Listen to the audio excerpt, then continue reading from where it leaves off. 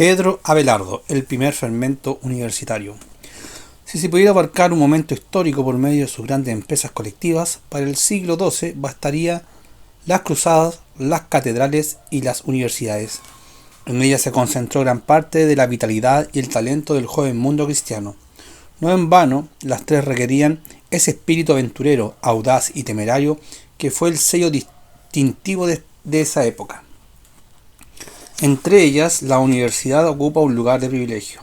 En ella se condensó el espíritu inquisitivo y racional de un mundo en efervescencia, y su legado fue fecundo. Sus maestros, sus obras y discusiones dieron forma a una adquisición institucional definitiva, de modo que nuestras propias universidades descienden de ellas por un vínculo mucho más directo que el que las une al Liceo de Aristóteles o a la Academia de Platón. El naciente mundo universitario tuvo en Pedro Abelardo a uno de sus más geniales exponentes. Era sin duda un notable académico y seguido y admirado por multitud de estudiantes. Pero a diferencia de otros muchos personajes que hemos visto, santos o aspirantes a tales, Abelardo poseía todas aquellas cualidades que hubieran permitido a un hombre del siglo XII situarse permanentemente en los titulares de la prensa amarilla. Era amigo del escándalo y tal vez lo buscaba. Como polemista, había congregado una pequeña muchedumbre de enemigos, entre los cuales había monjes, reyes y papas. Como filósofo, había humillado a sus adversarios en público. Como teólogo, había sido acusado de hereje y condenado a retractarse. Y por si eso no bastara, como profesor había seducido alevosamente a su más brillante alumna, Eloísa. En nuestros propios días hubiera sido un currículum vistoso, cuanto más en el siglo XII. Abelardo nació en Bretaña en el año 1079. En torno a los 20 años llegó a París, en el preciso momento en que la actividad escolar se desplazaba desde los monasterios a los flancos de las nacientes catedrales, bajo la tutela de los obispos. Se trataba del instante perfecto para un hombre como él. La cultura estaba adquiriendo un dinamismo muy distinto del que había regido en los siglos anteriores. Los estudiantes no vivían ya como antes, encerrados en las húmedas paredes de los monasterios. Eran todavía clérigos, pero ahora andaban por las calles, se mezclaban con la gente y se involucraban en sus disputas. Consecuentemente, la misma vida intelectual estaba sufriendo una transformación. Ya no se trataba de la antigua contemplación monástica de los textos sagrados que tenían más visos de oración que de estudio. Ahora los estudiantes se dejaban llevar por un dinamismo del todo análogo al que arrastraba a los cruzados y a los hombres de negocio. No pretendían solo leer y meditar, querían razonar, investigar, discutir, y hacerlo apasionadamente, con el mismo ímpetu temerario con que se marchaba al oriente.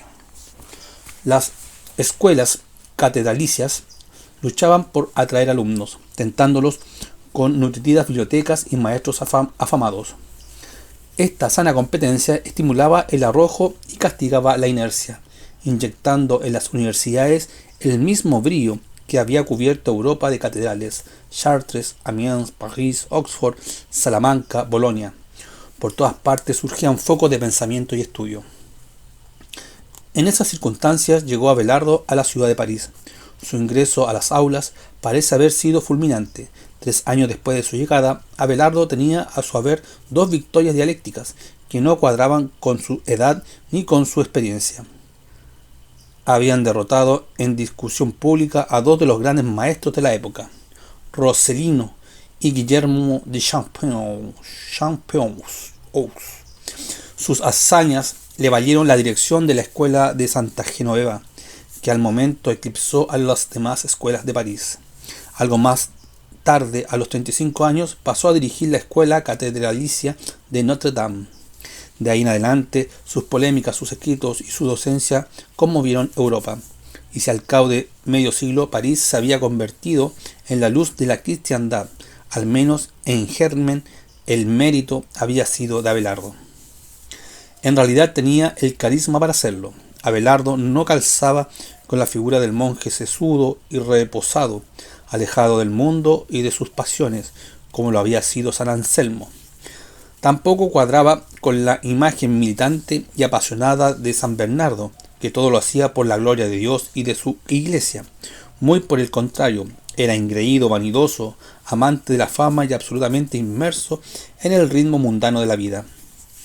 Tenía una altísima opinión de sí mismo y no acostumbraba a ahorrarse los placeres del mundo. Poseía además una confianza absoluta en las fuerzas de su propia razón. Jamás retrocedía ante un desafío intelectual, y en las múltiples discusiones que afrontó a lo largo de su vida, nunca se le cruzó por la mente la posibilidad de perder. Mientras estuvo en París, reunió una impresionante cantidad de discípulos, muchos de los cuales llegaron a ser personajes relevantes en su época. Provenían de diversas partes de Francia, pero también de más allá. En todos ellos, la figura de Abelardo producía una auténtica fascinación. En sus manos, el arte del razonamiento parecía haber adquirido un nuevo valor. La disciplina que con más pasión cultivó Abelardo a lo largo de su vida fue la lógica. En ella, el joven filósofo manifestó el temple que le fue siempre característico. Asedió las cátedras que lo interesaban. Hostigó a los maestros más renombrados, destruyó sin misericordia sus tesis y captó a sus seguidores como si se trataran de un botín. Gilson, el gran historiador de la filosofía medieval, ha sugerido que su actitud tal vez se deba al talante belicoso de su familia. Su padre era soldado. Lo cierto es que lograba siempre opacar a sus pares, planteaba las cuestiones más atractivas, las exponía con claridad y las resolvía con vigor. Los estudiantes se rendían fascinados a la sutileza de sus raciocinios y aplaudían cada uno de sus desplantes. Su obra constituía además un paradigma, afrontaba problemas exclusivamente filosóficos, los analizaba a fondo y los resolvía sin referencia alguna a la teología. No en vano se dice que después de Abelardo, el rigor del pensamiento medieval pareció subir un registro. Sus conocimientos le permitieron asomarse sugestivamente a otras áreas del conocimiento. Junto con toda su época, Abelardo conocía solo un fragmento de la obra de lógica de Aristóteles, el mismo que había alcanzado a traducir Boecio 7 siglos atrás. Pero en sus polémicas tuvo la genialidad de rehacer por su propia cuenta el horizonte intelectual del realismo aristotélico. No se trataba de un asunto de poca monta. Por el contrario, era como si toda la filosofía de la antigüedad estuviese siendo desenterrada desde el cabo suelto que ofrecía la lógica. Con este esfuerzo, Abelardo puso en jaque al platonismo dominante de la cultura medieval con un vigor inusitado. En cada uno de sus pleitos, la cultura del tiempo era sometida a un remesón que obligaba a repensarlo todo, examinando de manera crítica presupuestos que se consideraban pacíficamente aceptados. Con él, el mundo académico se vio obligado a dejar para siempre la modorra. Una de sus obras más importantes fue el Sic et Non, así y no, una curiosa colección de sentencias atribuidas a filósofos y santos padres que constituye tal vez el mejor documento para conocer el carácter de Abelardo y su lugar en la historia de la cultura medieval. Vale la pena detenerse en él. La Edad Media siempre se había concebido a sí misma como heredera del mundo antiguo. En esa calidad orientó buena parte de sus desvelos a apropiarse de su legado intelectual. Precisamente por ello, los documentos que produjo estuvieron marcados por la tendencia a seleccionar pasajes, a organizar opiniones y comentar y aclarar citas. En otras palabras, a presentar minuciosamente lo que se consideraba un regalo precioso, adecuándolo todo para la docencia. De aquí la importancia que cobraron los argumentos de autoridad de algunos autores tenidos en gran estima. Los libros de sentencias fueron los primeros productos del espíritu intelectual del medioevo. El libro de sentencias de Pedro Lombardo, por ejemplo, constituye un buen punto de referencia. Se trataba de un manual muy popular compuesto a mediados del siglo XII, en el cual su autor había coleccionado una serie de citas de los santos padres, especialmente de San Agustín. Todas ellas poseían, de cara a un auditorio medieval, una importante carga de autoridad. Ahora bien, era obvio que la simple acumulación de material abarcaba cosas distintas, lo que daba pie a una segunda tarea que no era simplemente la de citar, sino hacer comprensible una multitud de opiniones que con frecuencia parecían excluirse entre sí. Una generación antes de Abelardo ya había comenzado a popularizarse entre los maestros un nuevo género filosófico, el comentario a las sentencias, en el cual no se trataba solamente de recolectar, sino de armonizar los diversos pensamientos de una unidad consistente. Una obra particularmente importante de Abelardo que se inserta en este mismo esfuerzo es su Sic et Non, en la que hizo gala del mismo espíritu individualista y provocativo que derrochó a lo largo de toda su vida. En ella se contraponían expresamente los dichos de diversas autoridades de la antigüedad venerados por el medioevo, filósofos, teólogos y padres de la Iglesia. Abelardo se había tomado el trabajo de leer todas las fuentes que nutrían la vida intelectual de su tiempo y con el solo propósito de poner de manifiesto sus contradicciones. Con esto Abelardo no pretendía hacer profesión de escepticismo. Él mismo ofrecía en el prólogo de su libro las reglas de concordancia con las que, en su opinión, podían ser resueltas las contradicciones. Su propósito era otro. Pretendía burlarse de ese carácter libresco que en ocasiones asomaba detrás de ciertos colegas suyos de poco vuelo y que se exteriorizaba en una actitud crédula e ingenua ante los autores del pasado. Para Abelardo era ridículo apresurarse a considerar como vinculante cualquier cita, sin mayor reflexión, crítica ni comprobación. El Sic et Non venía a poner de manifiesto la incipiente madurez que había alcanzado el pensamiento. La razón se había puesto en marcha y exigía más creatividad, independencia y amplitud de miras. En otras palabras, ya no bastaba con que los intelectuales llegaran a dominar superficialmente su pasado. Era preciso que revisaran desde su propia perspectiva los testimonios discordantes de los antiguos, más aún que utilizaran las riquezas intelectuales de otros tiempos para iluminar las inquietudes del presente. Pronto sería necesario dar un paso más allá, el tercero, y abocarse a la elaboración que repensarán unificadamente la tradición, las sumas. Aunque Abelardo no vivió este periodo dorado de la escolástica, sí puede considerarse uno de sus precursores. Suma es palabra latina que significa totalidad.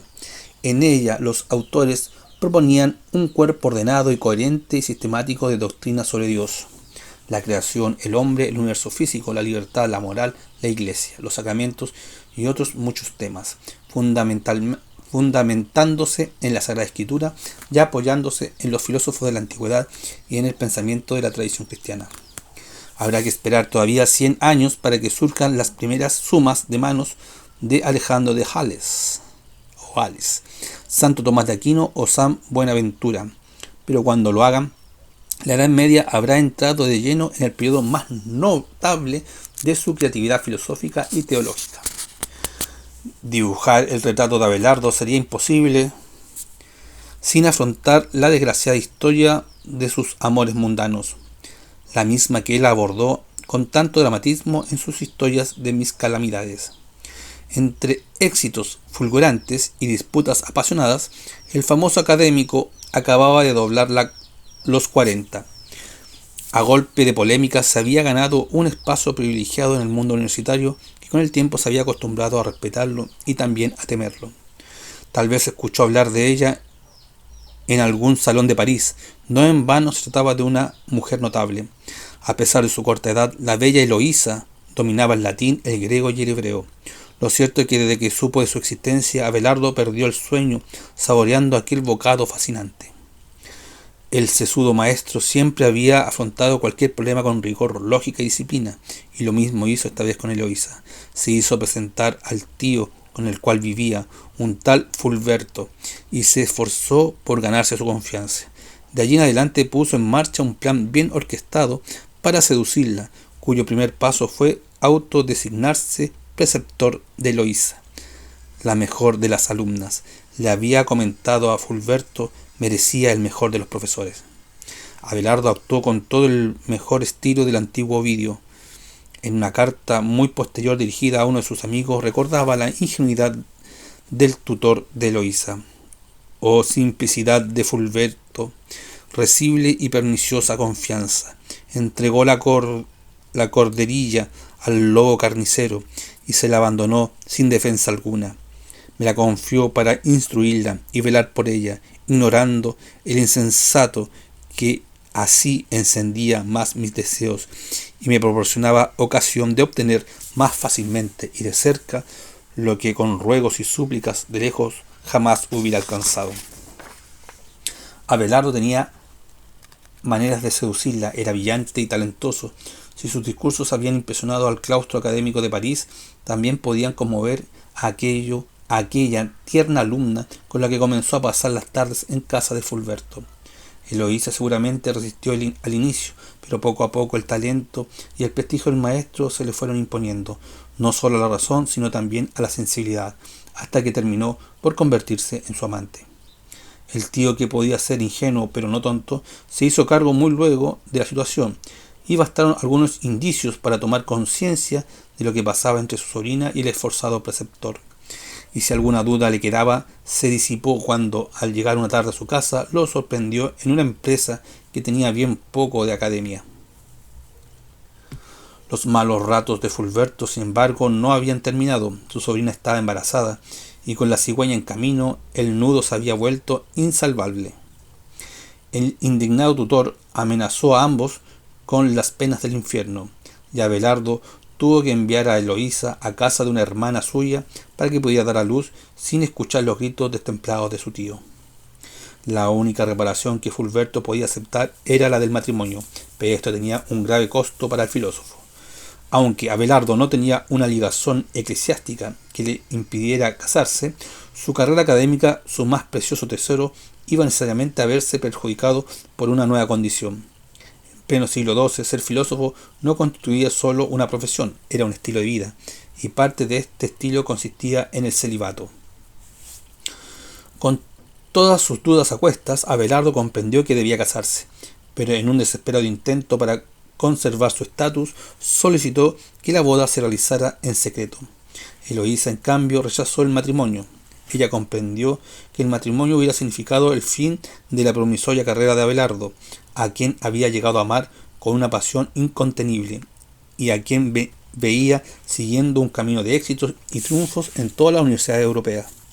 No soportaba convertirse en un obstáculo en la vida del hombre que amaba. Prefería, según sus propias palabras, ser amante de Abelardo que emperatriz de Roma. Y tampoco la convencía un matrimonio secreto. Lo sabría todo París, por más que quisieran mantenerlo oculto. Después de muchos discursos, se impuso el criterio de Abelardo. Eloísa obedeció y ambos se casaron de madrugada en una iglesia casi desierta. El drama, sin embargo, estaba recién comenzando. Al poco tiempo, Fulberto comenzó a sospechar que había sido engañado por los manejos de Abelardo, una humillación pública, como la que se le había inferido en su sobrina. No podía recibir una satisfacción privada. Era preciso contar el enlace a los cuatro vientos, tal como antes había contado el embarazo, y así lo hizo, pero nadie creyó su versión.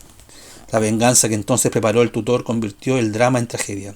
Con la connivencia de un sirviente, encontró la morada de Abelardo, entró de noche con algunos granujas y consumó la venganza que tradicionalmente ha sido considerada la más conveniente en casos como este.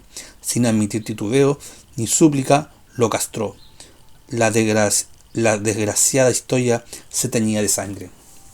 Para Abelardo, el suceso constituyó el final de su carrera romántica. Muy consciente de sus límites, tragó con fortaleza su nueva condición y se decidió cambiar radicalmente el curso de su vida.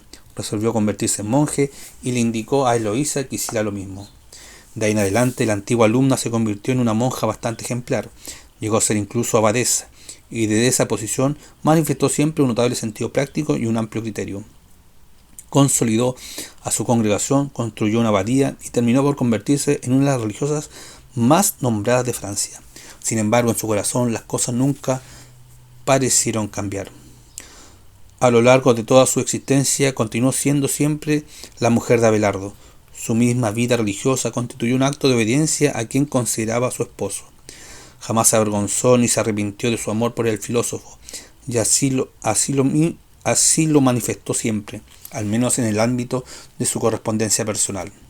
Abelardo, en cambio, siguió otro camino muy distinto, con la punzante preocupación de una Eloísa que parecía incapaz de abandonar el pasado.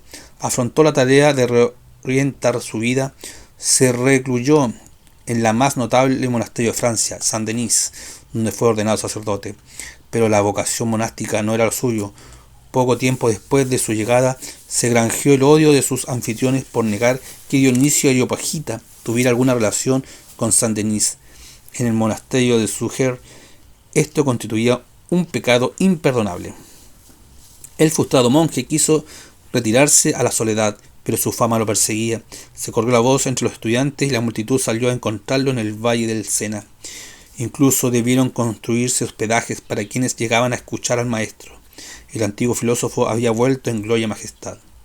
En tal situación sintió renacer dentro de sí el impulso de investigación y discusión que siempre lo había acompañado. Retomó con entusiasmo su magisterio y volvió a rodearse de libros y disputas. Pero esta vez las cosas dieron un giro. En el año 1141, el Concilio de Siena condenó por heréticas varias de sus proposiciones. Fue un capítulo extenuante de la vida de Abelardo, que apenas pudo escribir una carta a su amada Eloísa, mi hermana, en otro tiempo tan querida en el mundo, ahora todavía más querida en Jesucristo. La lógica me ha valido el odio del mundo.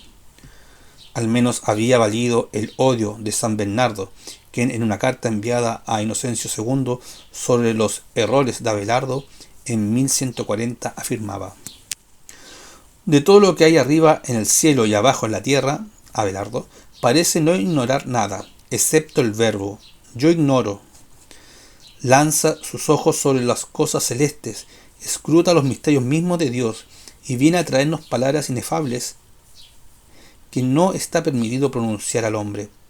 Está siempre pronto a dar razón de todo, incluso de lo que está más allá de la razón, actuando así contra la razón y contra la fe.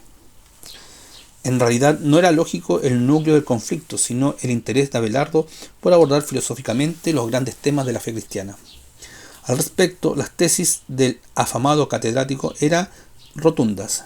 Mis estudiantes reclaman razones humanas y filosóficas, más que afirmaciones, necesitan explicaciones. Afirmar que es inútil hablar si no se hace comprensible las palabras y que nadie puede creer lo que antes no se ha comprendido. Con ello parecía sancionar la prioridad de la razón sobre la fe. Si Anselmo había proclamado que era preciso creer para entender, Abelardo estaba dando vuelta a los términos y es necesario entender para creer. Según Bernardo, Abelardo no era más que un racionalista, cuyo magisterio opaca al misterio de la fe. Pero el monje cisterciense, verdadero padre de la mística medieval, más que la razón y sus esfuerzos, valía el humilde amor de un corazón puro. En otras palabras, antes de comprender y explicar el dogma, era preciso vivirlo. Y esta inversión total en lo que le resultaba inadmisible en el magisterio de Abelardo. A juicio de Bernardo, la ciencia filosófica engullía la experiencia viva del alma con Dios y lo expresaba sin ambajes. Para el abad de Claraval, Abelardo era un monje sin regla, un prelado sin subordinados, un abad sin comunidad. Su teología no era más que locurología. En una entrevista personal, el filósofo pareció proclive a allanarse al juicio de Bernardo, pero luego, asusado por sus propios discípulos, le declaró la guerra. En una epístola respondió en el mismo tono: ya había oído yo la relación de infamias envenenadas que mi perseguidor ha vomitado contra mí ante el señor arzobispo, y muchos de mis amigos, y que después en París he eructado desde lo más profundo de su maldad contra nosotros. Pronto fue evidente que Abelardo había sobreestimado sus fuerzas polemizando con Bernardo. El Concilio de Siena dejó el escenario despejado. El abad de Claraval, que no titubeó al solicitar con más entusiasmo del que hubiera sido necesario, la condena de las doctrinas de Abelardo. El conflicto entre ambas personalidades constituyen la expresión de una pugna que aparece con frecuencia en la vida y la historia del cristianismo. Se trata de la balanza entre la pura mística y la relación desnuda del alma con Dios, representada por Bernardo, y la articulación filosófica hasta racionalización de la fe, representada por Abelardo. Todo ello sazonado por las profundas diferencias de temperamentos de los protagonistas que no escondían su recíproca antipatía. Abrumado por el veredicto, Abelardo decidió viajar a Roma para apelar ante el Santo Padre.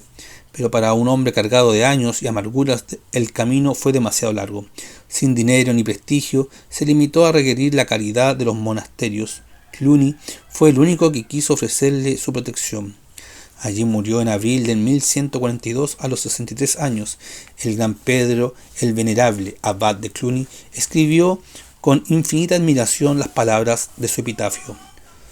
Sócrates de las Galias, gran Platón de las Hespérides, nuestro Aristóteles. Para un hombre como él no cabía más grande alabanza. Eloísa sobrevivió a Abelardo en más de 20 años. Fue siempre la misma religiosa ejemplar y ambigua, y cuando murió fue enterrada en la tumba donde descansaba su antiguo amado. Cuenta la leyenda que cuando bajaban su cuerpo, el de Abelardo abrió los brazos para recibirla. El ambiente de fermentación intelectual que bien representaba la figura de Abelardo tuvo consecuencias de gran alcance para el decurso cultural de Occidente. La Iglesia siempre había mantenido, incluso en los tiempos más oscuros, escuelas parroquiales que impartían formación primaria. A ellas se habían unido las escuelas monásticas, muchas de las cuales habían ganado un merecido prestigio a lo largo de los siglos, pero serían las escuelas catedralicias las llamadas a configurar el primer germen de la universidad medieval. Surgida a las sombras de las catedrales, pronto escaparon al control de los cabildos episcopales, poniéndose bajo la guía única del pontífice romano. Protegida por reyes y apoyada por todos los poderes de la época, la universidad llegó en pocos decenios a convertirse en un verdadero Estado dentro del Estado, con sus propias leyes y privilegios. En todo este proceso Abelardo jugó un papel. No solo contribuyó a hacer de París el principal foco de pensamiento de la cristiandad. Él fue quien hizo vibrar a sus contemporáneos con las hazañas de la inteligencia, tal como Godofredo de Bouillon lo había hecho con las hazañas de la caballería cristiana.